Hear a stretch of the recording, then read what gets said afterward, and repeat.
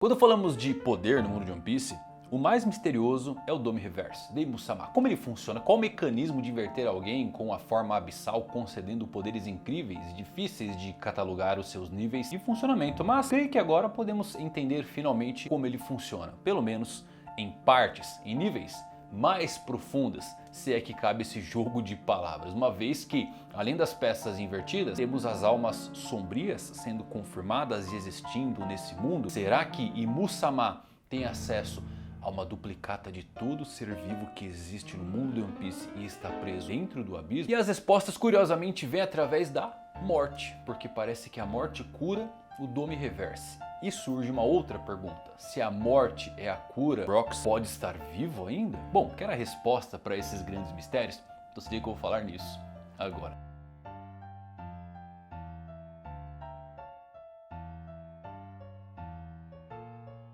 Fala galera, eu vou Fusari com mais um vídeo pra vocês, espero que vocês estão, espero que todos vocês estejam maravilhosamente bem. Que capítulo, hein? Muito bom, finalmente a explicação de como curar é difícil, como curar o Dome Reverse. Só que tem coisas muito legais, até arrepiei, eu tô fã de One Piece, não tem jeito, né? Tem coisas muito legais aqui, principalmente sobre o Frank, é o arco do Frank, não era do Soap? Bom, o Frank ele recebeu um Power Up agora, nível Pluton. E tem muita coisa aqui que merece ser lembrada, e mais ainda, o Sanji. Você percebeu o Sanji usando casualmente ali um haki avançado? Tá flertando com o haki do rei. Tá confirmado? Bom, vamos falar disso e mais ainda. Dome Reverse, como isso cura? Rox tá vivo? Como funciona? Se a morte cura o Dome Reverse e o Rox e o Harold? Tudo explicado para você sair daqui, ó, um craque, uma fera, para desvendar tudo sobre Musama. Se você é novo no canal, assiste na maciota. Se é a pior geração, deixa o like para dar uma força nesse vídeo. Eu garanto que vai explodir sua cabeça. Vai até o final dele que você vai gostar bastante, tá bom? Mas antes de eu falar, se liga no nosso recadinho da Alura para você. Galera, imagina uma escola de tecnologia que não só te ensina, mas que faz uma ponte certeira para você já começar a trabalhar.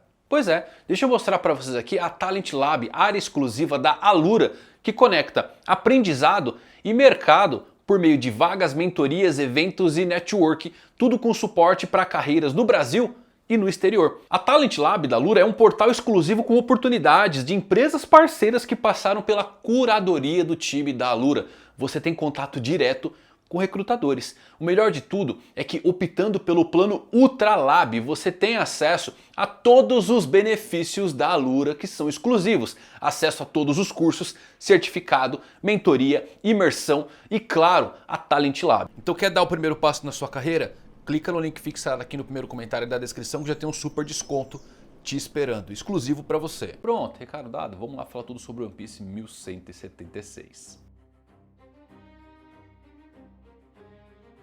Então vamos lá, meus amigos, nossa história começa com Frank e Lilith que retiram uma máquina especial da caixa Vegapunk. É o conversor de drenagem universal. Uma máquina capaz de utilizar a energia que existe em abundância por toda a Elbaf. Eu adoro que a Lilith ela joga uns drops de informação que a gente vai usar durante muito tempo e que se conectam ao tesouro One Piece e a Nika. Lembrem dela no comecinho de Egghead falando sobre ter um sol com energia infinita para abastecer as suas máquinas e levar isso para outras ilhas. Depois a gente tem no mural o demônio primordial segurando o sol, Luffy emanando energia dos tambores da libertação e ativando o Emmet, a tal da energia invisível do reino antigo. Então assim galera, quase certamente o sol que aquele demônio está segurando no mural é o tesouro One Piece, que deve ter sido moldado em alguma coisa pelo Joy Boy e pode ser usado como a tal fonte de energia, o sol que Vegapunk tanto busca. E essa fala aqui de Elbaf ter uma energia fluindo, lembrando, eles têm pedra do sol, eles têm nuvens, eles têm barcos flutuantes, eles realmente têm umas coisas bem diferentes funcionando aqui, alimentadas por tecnologia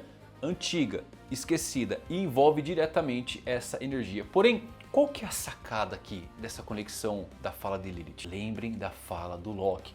Elbaf é o lugar onde o sol morreu. Aí eu trouxe a teoria para vocês de que talvez as árvores tenham nascido da morte de deuses. Quem garante que abaixo das raízes da árvore Adão não esteja o coração de Nika original, ou seus restos mortais, e por isso que existe uma energia incrível fluindo aqui. É legal isso aí, né? Guarda aí essas informações que são muito importantes. Mas então que temos o que eu considero, pelo menos pra mim, tá? É a melhor parte do capítulo, que é a Lilith dando um upgrade no Frank. Ela fica surpresa que o Frank, com o corpo do nível pacifista, nunca tem experimentado algo melhor do que refrigerante cola como uma fonte de energia. E galera, isso pode parecer até bobo, mas é muito legal ver como Oda ele não é previsível. Pois essa conversa de Vegapunk com Franky foi uma das minhas grandes críticas ao final de Egghead. Quem acompanha os vídeos deve se lembrar. Cara, eu gostei bastante de Egghead. O que eu não gostei? Franky e Vegapunk não conversaram. É estranho pra caramba. Mas é o que torna o Oda imprevisível. Ele não precisa colocar isso no arco de Egghead. Tá colocando aqui agora, né? Inclusive Egghead é o arco do Franky pra ganhar Power Up. Não aconteceu nada. Finalmente temos o momento dos dois gênios trocando experiências. Qual a culpa? Minha, por não ter paciência. Mas assim, essa fala aqui é muito legal, principalmente sobre a cola do Franky. Porque querendo ou não, a cola, o uso de cola como uma fonte de energia é algo genial para alimentar máquinas. E a gente tinha essa dúvida de o Vegapunk não vai conversar com o Franky sobre isso, afinal tá buscando fonte de energia. Só que ao que parece a cola do Franky ainda está um nível abaixo do que o Vegapunk precisa. E aí é onde entra agora esse grande power up que vem. Mais uma coisa, tá? Vegapunk aprimorando aqui a cola mostra que os chapéus de palha de fato não precisam de um time skip, pelo menos com um alto salto temporal para ficarem mais fortes. O Oda ele ainda tem muitas coisas na manga para deixar todos eles mais fortes, mesmo sem o uso de Haki, tá? Que ele pode colocar eles despertando em batalha, os Hakis mais básicos, observação, um armamento que a gente critica aqui, pelo menos em alguns chapéus de palha, mas a questão de poder único deles pode ser aumentado de uma maneira muito inteligente, porque o Oda ele nem explorou todo o time skip dos chapéus de palha. O Zoro, a gente nem viu o Zoro treinando com o Mihawk ainda, só tem a cena dele treinando com os macacos e parou ali. E tá forte pra caramba. O Sanji, cadê o Okama Kenpo do Sanji? Vai aparecer ainda, o Sop tem muita coisa legal pra trazer, a Nami. Então o Oda ele consegue puxar do time skip lá, que foi muito inteligente, bastante coisa pra usar. É só ele colocar ali um momento de pensamento do personagem, lembrando do seu mestre, que ele consegue trazer isso à tona. E é o que ele faz aqui com o Franky, conectando diretamente com o Vegapunk, que foi onde o Franky passou os seus 2 anos estudando. Legal, né? Bom, mudamos para a biblioteca, onde o fogo se alastra. A Nami ordena que os Zeus apague o incêndio na escola, mas o Kirigan ele chega cobrando a oferta deles, de apagar a história. E ordena que um pesadelo que lembra muito um Lindvern, que é uma serpente mitológica, engula Zeus. Lilith e Franky chegam e Lilith usa o tal do reator para absorver toda a energia térmica, congelando tanto a escola quanto a biblioteca e com isso parando o avanço do fogo. Em seguida, a Lilith ela transforma essa energia térmica em refrigerante super pesado e dá para o Franky. Essa é a Super Vega Cola. Isso aqui é muito legal, galera. Franky equipado com esses conversores nas mãos, imaginem ele pegando golpes elementais para criar energia, ele simplesmente absorvendo e convertendo em cola. Isso é insano, isso aqui vai abrir um caminho para ele usar outras fontes de energias. Eu posso ver um Super Franky no futuro, a gente já viu aqui nesse capítulo, mas no futuro então, ainda mais alimentado com algo como a chama-mãe, isso aqui pode ser exatamente o que essa Super Cola pretende emular. E Lilith inclusive usou aqui o fogo em um processo muito semelhante ao da criação da Mother Flame para fazer a Super Cola, para gerar uma fonte altamente eficiente de cola. E basicamente a geração dessa super cola pode resolver o problema de ter que ficar reabastecendo o refrigerante o tempo inteiro. Pode-se usar simplesmente o fogo e converter nisso, né? Combinando o trabalho do Franky com o dos Vegapunks, imaginem o Sunny usando um canhão super cola. O canhão Gaon, o golpe Burst vão ser insanos. Lembrem da teoria das plantas de Pluton no Sunny. Temos ao que parece agora a fonte de energia que faltava para ela se concretizar, que ainda é o uso da própria cola, só que agora em um nível maior. O Franky receber um power up foi uma surpresa total para mim, não estava na minha cartela de bingo de One Piece, tá? Mas é uma surpresa muito bem-vinda e eu gostei bastante disso. O Kirigan ordena que o pesadelo destrua a escola e insulta o Jinbe por ele ser um homem-peixe. E o Kirin ele tá enojado ali porque o Jinbe é um homem-peixe e tá feliz porque tá usando o seu capacete de não precisar respirar o mesmo ar. Sempre é legal ver que o Oda ele compõe esses personagens mesmo. Uma hora você tem um momento do personagem que você fala, pô, esse personagem é engraçado e tal, mas momentaneamente o Oda já muda pra te lembrar do quanto eles são desprezíveis. O Somers ainda tá no ranking, no topo superior disso, né? Mas dá pra ver que o Kirin tá indo pro mesmo caminho. Só que o Sanji escuta isso e aparece diante do Kirigan dizendo que vai punir ele por insultar seus companheiros e pelas falas absurdas. E então temos uma cena incrivelmente épica, o Jinbe usando seu Karate Tritão, o Frank usando um foguete energizado com a Super Cola. Cara, isso aqui não é Super Cola, isso aqui é Nuke Cola. Cola radioativa. Ele dá um soco chamado Strong Dexter, derrotando o Pesadelo e libertando os... Galera, o Frank é com a cabeça do Pesadelo com soco, cara. Que power-up insano, ele virou um foguete. Ficou demais esse poder. Imagina o General Frank usando essa cola. Meu Deus do céu, tá muito forte.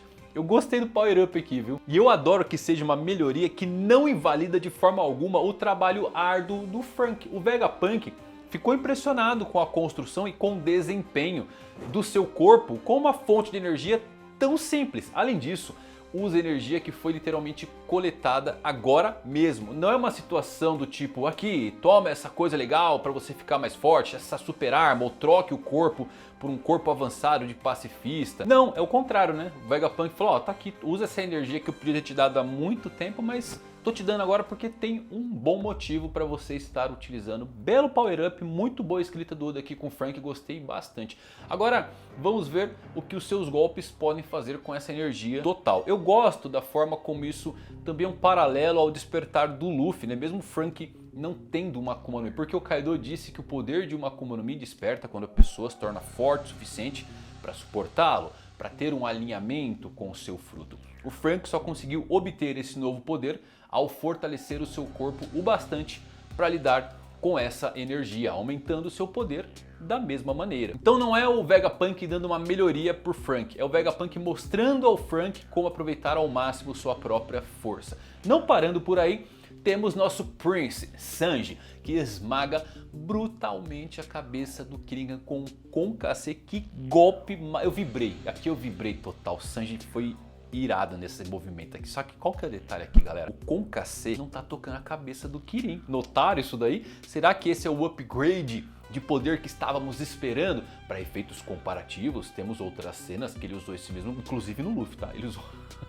Ele usou no Luffy e ele de fato toca a cabeça com o golpe. Aqui não, parece que temos já Haki do armamento sutilmente sendo inserido. Ryu-Oh, o que o deixa a um passo para despertar Haki do Rei e já usar revestimento do rei. Lembrando, galera, que no capítulo 1152 surgiu de novo a teoria do Sanji despertar o Haki do Rei. Já é bem antiga essa teoria, tá? Só que no 1152 ficou bem escancarado, porque é a cena do Gaban dando uma bronca no Zoro porque ele não controlava o seu Haki do Rei e dizendo que ele não poderia apoiar o seu capitão se não reconhecesse e controlasse tal poder.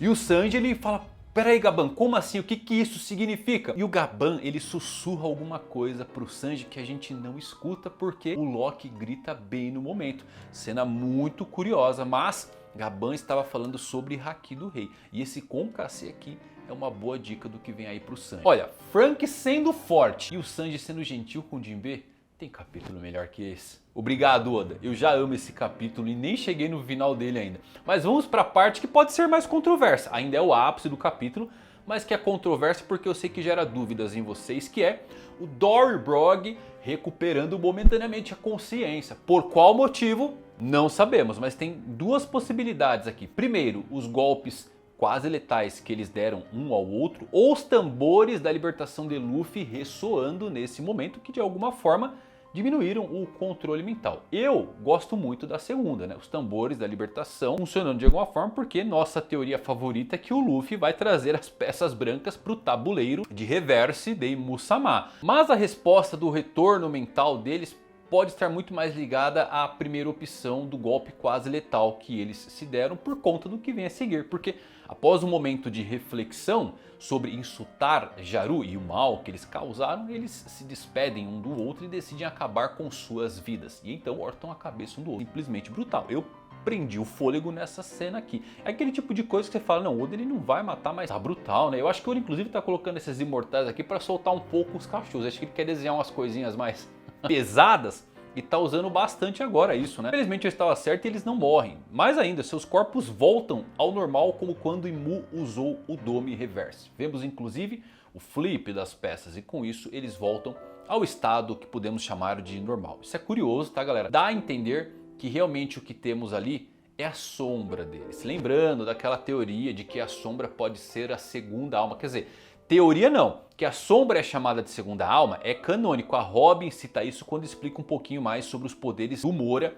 lá em Thriller Bark. Lembra que o Moura é importante, virou Kozuki, mandaram matar ele, o governo mundial mandou matar o Moura por conta do seu poder, possivelmente o Barba Negra, que é o Moura também. Então essa coisa da sombra ser uma segunda alma, ela é canônica, só que a gente está entrando aqui num ponto que eu gosto bastante, tá? De que a segunda alma, de fato, ela exista em um mundo paralelo. Talvez o abismo ele seja real e todo ser vivo possa ter uma duplicata sombria sua vivendo lá. E Musama consegue invocar a segunda alma no mundo humano. Esse é o Dome Reverse. Para fechar, no ápice de tudo, vemos Zoro, Dory, Brog, Hyrudin e Stansen reunidos, prontos para lutar contra os outros gigantes que estão no modo Dome Reverse, após eles chegarem à conclusão de que morrer uma vez põe fim à sua transformação demoníaca. O Brog diz, mesmo que se transformem em cadáveres destruídos, uma vez virados, ficarão como novos. O Zoro, rosnando, está feliz por poder se soltar. E o Hyrudin diz, não há necessidade de nos contermos. Parece que se infligirmos dano suficiente para matá-los, eles voltarão ao normal. Dory grita, cortem suas cabeças, arranquem seus corações. E o capítulo termina com todos sorrindo maliciosamente, dizendo, não podemos fazer isso, mas podemos. Eles estão sorrindo de orelha a orelha, enquanto dizem que seus corações estão apertados e que se sentem mal pelo que tem que fazer com seus camaradas, quando na verdade eles estão bem animados porque não precisam se conter mais e podem se exibir um pouco mais. Mas vamos lá, galera, é muito curioso isso, tá? A morte era a resposta desde o início. A morte realmente é difícil de se chegar nesses personagens que estão no modo Dome Reverse, mas cortar a cabeça e arrancar o coração é instantâneo. E eu sei que agora você tem uma dúvida gritando aí na sua cabeça. Espera um momento. Matar uma criatura com o Dome Reverse o salva? O que diabos aconteceu com Rox e Harold? Estão vivos? Bom, primeiro, vamos lá. Vamos separar umas coisas. O Harold não tomou o Dome Reverse, tá? Ele foi alvo de outra habilidade. Ele foi controlado porque tinha a marca e o pacto do abismo profundo. O seu estado era sempre ser controlado, segundo o próprio Shanks nos contando sobre as marcas do abismo. Então é bem diferente do estado do Dory e do Brog e os outros gigantes que caíram em outra habilidade de Musama. O Harold, vinculado ao pacto, não foi revertido pela dominação. Então faz sentido que o Dome Reverse seja diferente das marcas abissais. Eu gosto que o Oda mantenha a solução aqui do Dome Reverse simples, porque entre ataques de Haki do Rei que estava complicando muito as coisas, ele simplesmente trouxe aqui, mate o Dome Reverse e você consegue, entre aspas, curar ele, né? Talvez as coisas sejam simplificadas demais, confesso para vocês, existiam outros caminhos que eu particularmente gostaria, como o uso de runa, o círculo mágico de Joy Boy que apareceu lá no anime, que é muito similar ao que Mu tem, mas vamos matar, beleza, é uma solução simples, funcional e agora dá para qualquer personagem acabar utilizando isso, mesmo aqueles sem Haki, né? A Nami com os Zeus mesmo consegue fritar uma galera e trazer de volta, então funciona, legal, uma solução simples aí também para não deixar tão complexo, porque os poderes de Musama já estão em uns níveis que fica difícil a gente tentar descobrir o que é, né? Então nesse momento eu acredito piamente que a lógica dessas versões demoníacas são realmente as pessoas em que se baseiam.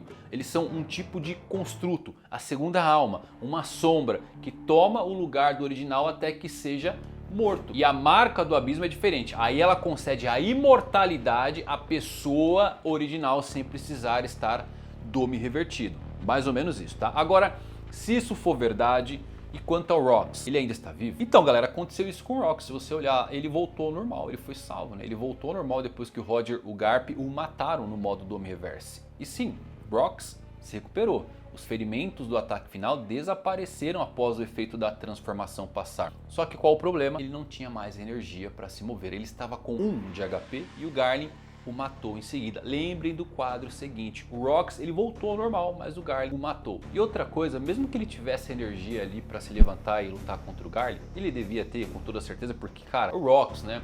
Só que ele estava com a sua vontade destruída.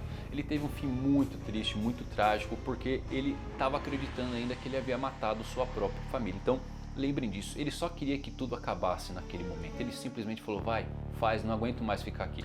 Mas a resolução é que sim, ele voltou ao normal, tal qual o Dory e o Brog, tá? A resposta já estava ali para nós de como se superava o Dome Reverse, só não tínhamos assimilado ainda porque estávamos focando muito em Haki do Rei, achando que o Garp e o Roger tinham chegado em um nível completamente insano, diferente, numa combinação doida, quando pode ser qualquer Haki, pode ser até uma espada. Matando o oponente, ele consegue ser Dome revertido. Mas bem, Zebek está morto, infelizmente. Roger e Garp o detiveram. Ele voltou ao normal, indicando que o Roger e o Garp mataram o Zebek demoníaco para acabar com a maldição. E a diferença aqui é que o Zebek lutou contra Roger e Garp por tanto tempo que sofreu muitos danos antes de ser derrotado. Quando voltou ao normal, mal conseguia se mover. E aí vimos os Cavaleiros Divinos o apunhalando. Garlin é um verdadeiro rato. Dory e Brog se mataram instantaneamente antes de sofrerem também qualquer dano, porque os outros gigantes não queriam ferir o seu amigo. Por isso, quando voltaram,